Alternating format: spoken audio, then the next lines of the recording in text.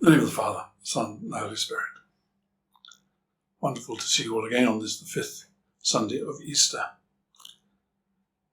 In this Gospel, we get some sense of the hugeness of spirit of Jesus, the hugeness of mind. At the beginning of this series, when we were in Palm Sunday, I told you how important it was, I think, that we understand that what Jesus was doing, he was doing deliberately. He knew what he was doing. That's why he set up the trip into Jerusalem on the donkey, so as to show that he was enacting the Davidic prophecies. But here, in today's Gospel, we get something of the sort of mind that is capable of imagining doing such a project. Do not let your hearts be troubled. Believe in God. Believe also in me. In my Father's house there are many dwelling places. If it were not so, would I have told you that I go to prepare a place for you? In other words, this is very similar to the passage in Hebrews where it says, "For the joy that was set before him, he endured the cross, he despised the shame, and is seated at the right hand of God." For the joy that was set before him. In other words, what did his joy consider? In understanding that what he was opening up was going to be so much for so many that it was worth it. That death for him was not a defining parameter, as it is for us. Of course, this was completely baffling for his disciples in this passage, which is told before the Passion, which we read in Easter week, in the Easter weeks, in the Easter season. So after the Passion, after the resurrection, so we begin to get a sense of Jesus having fulfilled what he promised. "And if I go and prepare a place for you, I will come again, and will take you to myself, so that where I am, there you may be also. And you know the place, you know the way to the place where I'm going." Okay, so this is before Jesus' Passion. So good old straightforward common sense Thomas says to him, "Lord, we don't know where you're going. How can we know the way?" Kind of be straightforward. And Jesus says to him, "I am the way and the truth and the life. No one comes to the Father except through me. If you know me, you will know my Father also. From now on, you do know him and have seen him." In other words, Thomas was wanting a straightforward answer, and instead he got a mystical discourse, except that it's not that mystical. He's saying the way, which is what he's about to do, is going to be the route to his self-giving up to death. That is going to show what the truth is, where the presence of God is to be found in this world. The presence of God is to be found in the one who offers himself into the place of the seditious blasphemer, thereby exploding all notions of power by civil and imperial authority and by religious goodness, by legal or priestly authority. He, the King of the universe, is going to occupy the space of apparent criminality and sedition and blasphemy. And those who perceive this, they're the ones who will know the truth. It's curious that our passage from St. Peter today, we get St. Peter preaching literally, exactly straightforwardly this. For some, he was rejected. For others, he's honourably prized. As I put it, just to translate. In the translations, it was precious. Precious tends to mean, it's not a very helpful word, but honourably prized. In other words, what appeared to be seditious blasphemer wasn't. It was the real presence of God himself, the one who is worth more than anything, not the one who was condemned, rejected, cast aside. So the way, hand himself over, the truth, what God actually looks like, and the life, now that Jesus has done that, enabling us to live as if death were not, no longer run by scandal, stumbling over having to create new scapegoats in order to survive, which is very much what St. Peter talks about in the epistle we have today. He talks about people just carrying on doing the same old thing, just stumbling around, destined to fail. That's the world of fatality. We see it now. We all know the difference between people who are stuck in the mould of needing who are stuck in the stumbling block mold, because what do? They look for someone to blame. In case of doubt, find someone to blame. Whereas the extraordinary thing about the scientific understanding of truth is I wonder what's going on here. I wonder what biases of mine I need to remove in order to be able to work out what is actually going on here, so that then we can work out how to live with, deal with, cope with whatever we're learning about. Who to blame? A closed down world and fatality. What's going on? How do we work out what it is? How do we work out, without being frightened to death, how to live in the midst of this?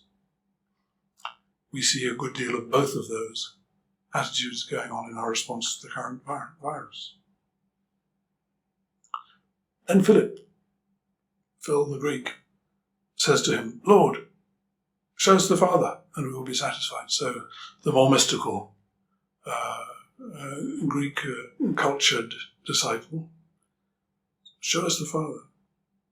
And Jesus again brings him straight down to earth in a very straightforward way. Have I been with you all this time, Philip, and you do not know me? Whoever has seen me has seen the Father. How can you say, show us the Father?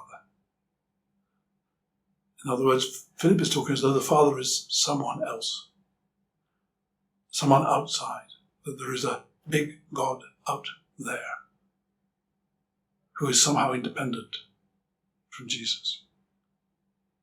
And Jesus is saying, no longer any big God out there. The only access to the Father is through me. In other words, it's as you learn to give yourselves into the midst of death, giving yourselves away for others, doing what I do, as you're able to stand up for the truth in the midst of all the turbulences of life and not be run by it and not be frightened by it, as you're able to become aware that you are receiving life already in the midst of all this. In that degree, you've known the Father already. It is me. The only access you have to the Father is me.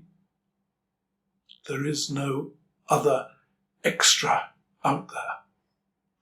If there were, we would be what is called a bitheistic religion, a duotheistic religion instead of a monotheistic one. But we aren't. The wholeness of the Father is revealed in Jesus. There is no extra. And Jesus is pointing this out to Philip. Don't get distracted. It's all at this level. It's by allowing yourselves to be turned into a new brotherhood, siblinghood of equals that you're going to discover what it is to share the Father. In other words, it's by becoming me that you're going to discover the Father. And it's only after Jesus' death that he then refers to your Father and my Father. Jesus then says something really very striking about this, just in case you haven't understood the full depth of the apparent shocking thing that he's saying. We're actually saying, no outside God. The only God, the Father you will ever discover, you will discover by becoming sister and brother with me. The words that I say to you, I don't speak of my own, but the Father who dwells in me does his works. In other words, the Father is already working through me. I'm the actual physical manifestation of the Father that is here. Believe me that I'm in the Father and the Father is in me, so just I who I'm talking as a human being.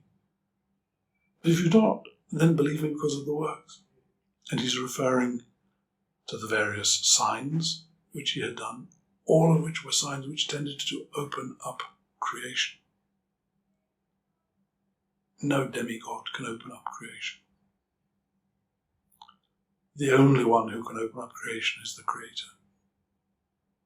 What Jesus is saying is, the Creator, that's me, is the Father, is within me and is doing these things. Believe the works. Even if you find it awfully difficult to understand that what I'm doing is the work of creation, finishing up and opening up creation so that you can all participate in something much, much bigger than we've all been trapped in so far. Look at the works themselves. Who could possibly do this if it were not the Creator of all things? Very true, I tell you, the one who believes in me will also do the works that I do. And in fact will do greater works than these, because I'm going to the Father. And I think that this is one of the most wonderful things. It shows that Jesus knew exactly what he was saying. Yes, I'm going to go and occupy that space of death, to detoxify it, to remove its shame so as to make it possible for no longer for you to be run by fear of it. And because I'm going to do that, it will become possible for you to do greater and more extraordinary, more wonderful things than I. I'll have opened up the space, and you'll be able to occupy it. And because you'll be able to occupy it, you'll be able to run with it and make new things, open up new ways of being that will be far greater than what I have actually done here. In other words, Jesus knows perfectly well this is not all about him. This is about him losing himself so as to become us, and in doing so, opening up the possibility for us to become something so much more than we could imagine. So I ask you to share this joy, the joy of the discovery of the risen Lord in this Easter season coming back to us and just reminding us what he has been opening up for us and how much freedom we have to move forward in new and interesting ways now that we're no longer having to stumble through repetitive scapegoating, sacrificing, blaming, etc., etc. In the name of the Father, of the Son, of the Holy Spirit.